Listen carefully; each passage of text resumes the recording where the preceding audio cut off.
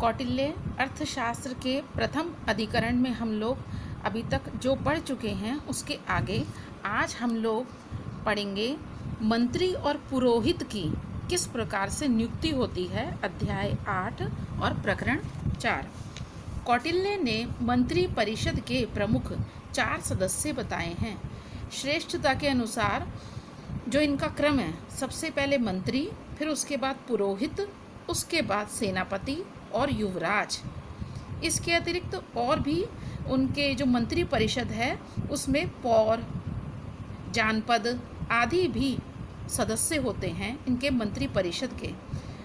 तो मंत्री और पुरोहित की नियुक्ति किस प्रकार से होती है।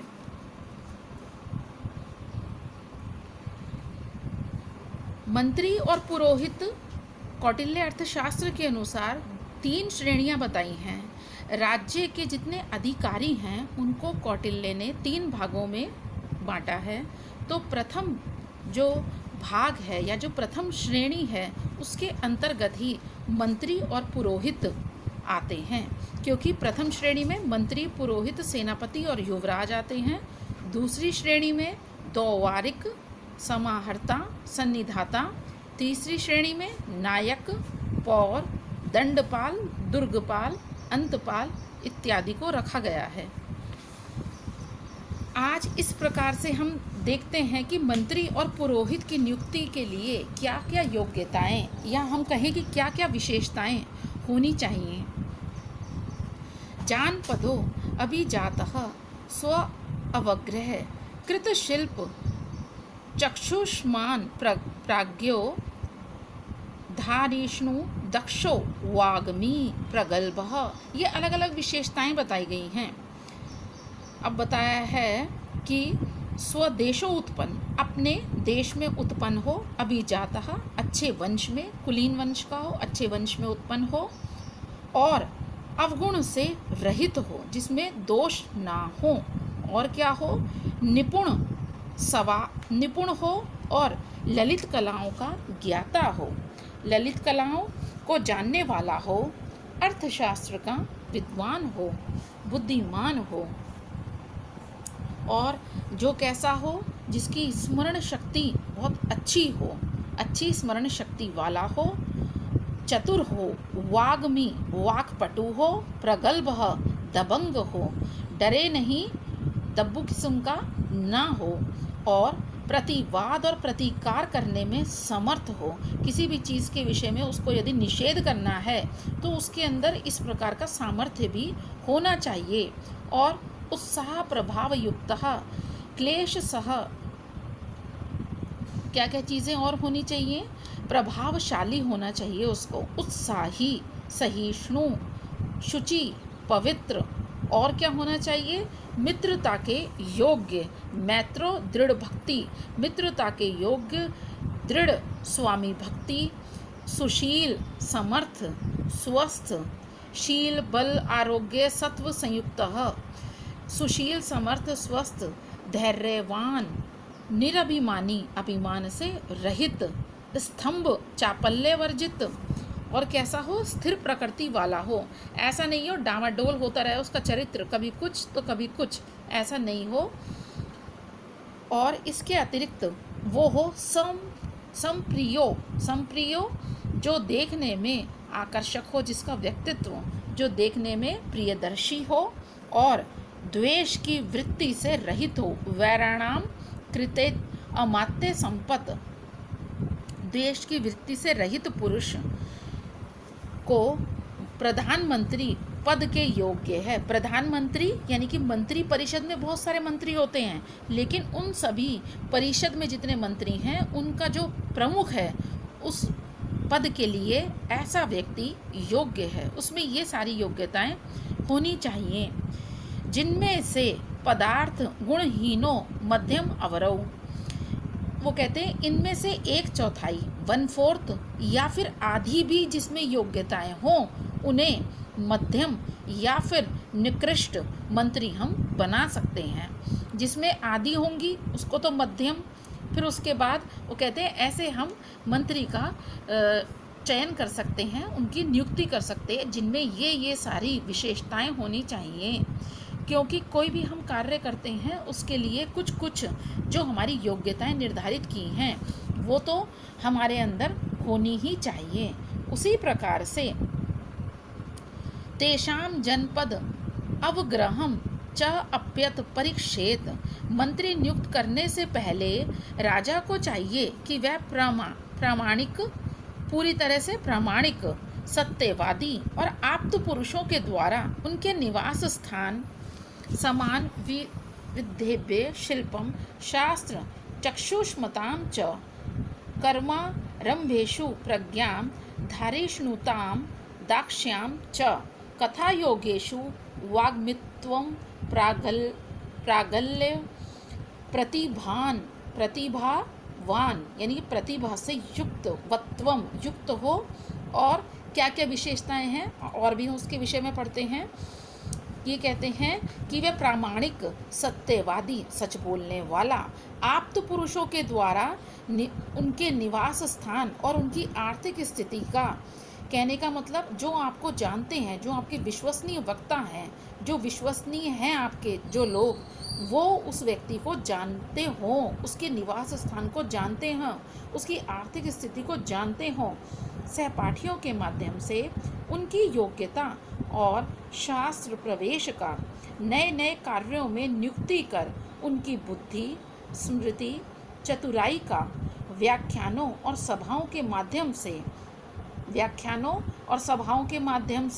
क्या क्या चीज़ें, उनकी वाग्मित्वम, उनकी वाक्पटुता, उनकी बोलने की कुशलता, किस प्रकार का बोलते हैं, प्रगल्भता और प्रतिभा, किस प्रकार की प्रतिभा से वो युक्त हैं, इन सब चीज़ों का, और इसके अतिरिक्त आपत्तियों से उनके उत्साह, जो आपत्तियाँ आ जाएं, मुसीबत आ जाएं, आपद उत्साह प्रभावो क्लेश सहत्वम च, कि वो किस प्रकार से विपत्तियों का सामना करते हैं, कैसे उत्साह दिखाते हैं, प्रभाव तथा सहिष्णुता, व्यवहार से उनकी पवित्रता, व्यवहार में उनके पवित्रता हो, मित्रता और दृढ़ स्वामी भक्ति का, सहवासियों और उनके पड़ोसियों के माध्यम से, जो उनके साथ में रहते हैं, समव्यवहार, शौचम, मैत्रताम, दृढ़ भक्तित्वम च, उनकी दृढ़ भक्ति का,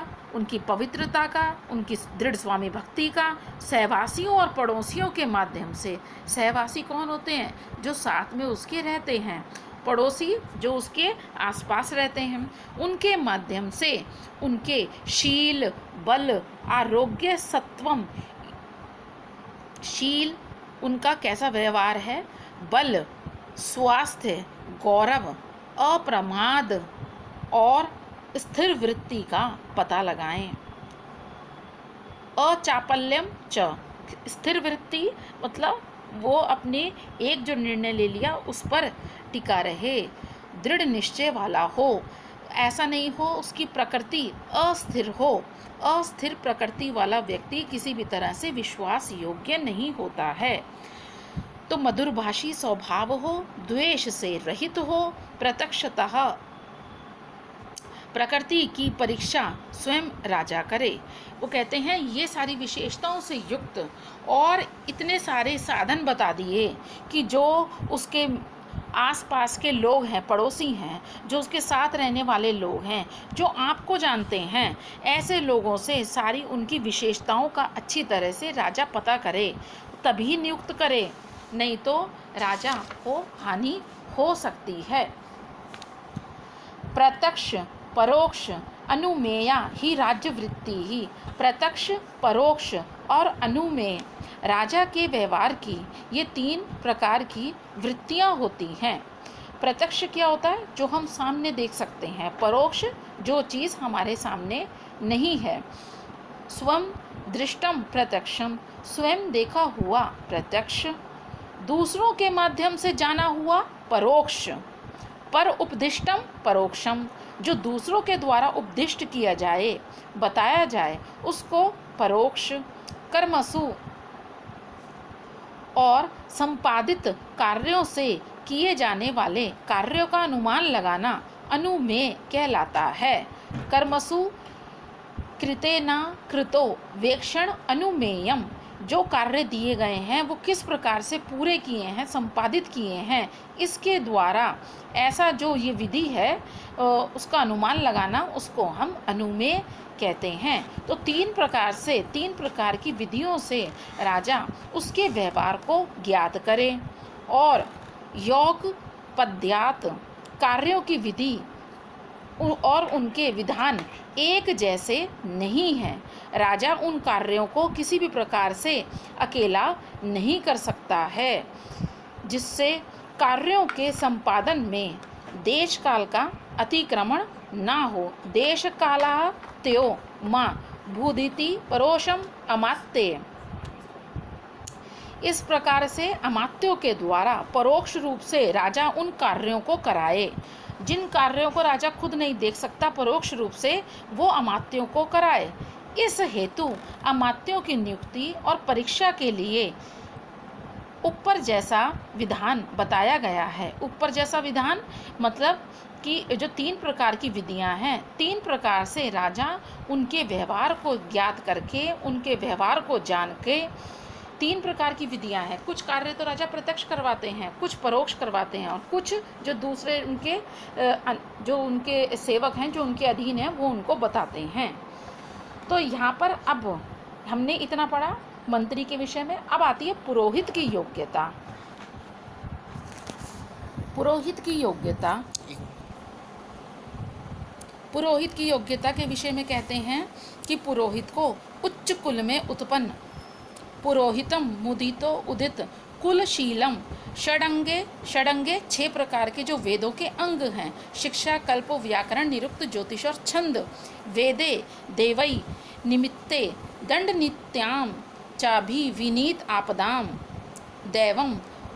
दैव मानुषीणाम अथर्व भी रूपायेश्च प्रतिकर्तारम कुर्वीत। अच्छे कुल में उत्पन्न, शील और गुण से युक्त, वेद और वेदांगों का 4 प्रकार के वेद और 6 उसके अंग उनका ज्ञाता हो, ज्योतिष शास्त्र का शकुन शास्त्र दंड नीति में कुशल हो, अर्थवेद के विषय में जानता हो, अर्थवेद में जो उपाय बताए हैं दैवी और मानुषी विपत्तियों के प्रतिकार करने वाला हो, मतलब किसी प्रकार दैविक या मनुष्यों के द्वारा किसी प्रकार की कोई विपत्ति आए तो उसका प्रतिकार करना वो जानता हो। इन योग्यताओं से संपन्न पुरोहित को नियुक्त करना चाहिए। जैसे आचार्य के पीछे तम आचार्य शिष्या पितरम पुत्रो भृत्या, स्वामी आचार्य के पीछे शिष्य, पिता के पीछे पुत्र और स्वामी के पीछे भृत्य अर्थात सेवक चलता है, वैसे ही राजा को पुरोहित का अनुगामी होना चाहिए। मतलब पुरोहित आगे चलेगा, राजा को उनका अनुकरण करना चाहिए। स्वामिनिव इव च अनुवर्तते, जो स्वामी है वो उसका पुरोहित का अनुकरण करे। जैसे स्वामी के पीछे जो उनके सेवक हैं वो चलते हैं, उसी प्रकार से राजा को पुरोहित का अनुगमन करना चाहिए, अर्थात उनके पीछे चलना चाहिए।